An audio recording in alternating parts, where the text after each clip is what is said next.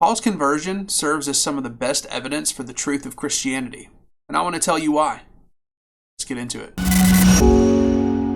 Paul's conversion is a unique piece of evidence because he claimed to have a personal experience with Jesus, and that's what took him from being a Pharisee who was persecuting the church to being someone who wrote 2/3 of the New Testament. And this is really crucial evidence because most people converted to Christianity because they heard the message of Jesus. But Paul converted because he said he had an experience with him one-on-one. To give a little context, I want to share a few verses that will show you why Paul's conversion is such strong evidence for Christianity. In Philippians 3, Paul writes, "If anyone else thinks he is confident in the flesh, I have more reason.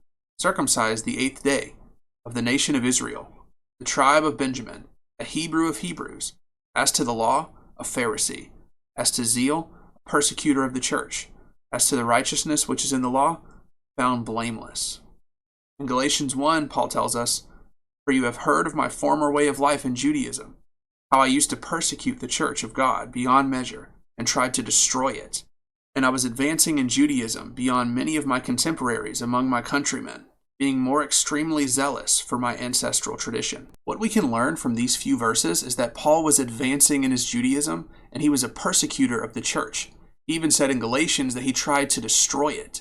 So how did he go from someone who was advancing in Judaism, teaching the law and killing Christians, persecuting Christians, to someone who wrote about 2/3 of the New Testament?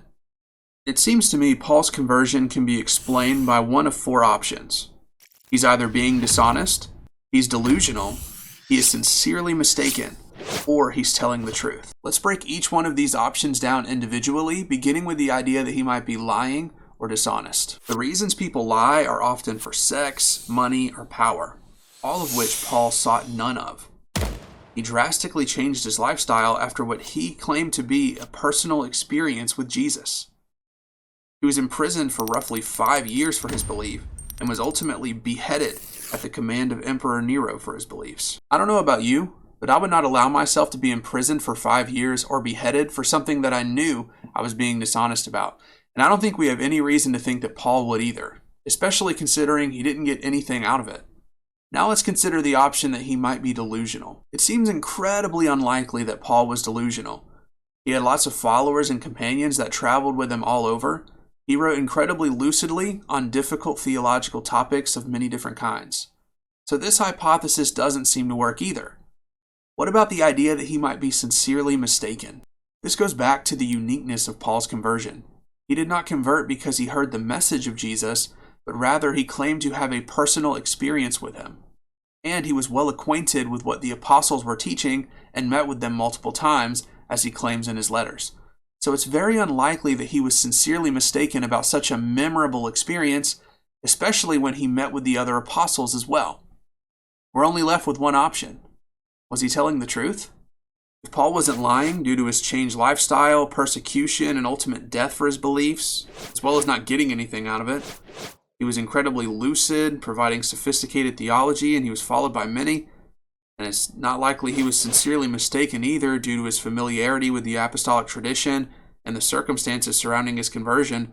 The only remaining option we have is that Paul was telling the truth, and we should believe his testimony. The hypothesis that Paul's trust in Jesus is well-founded and that he's telling the truth best explains the data and is our simplest hypothesis. I've put the argument from Paul's conversion into a syllogism to hopefully help you remember this. Premise 1.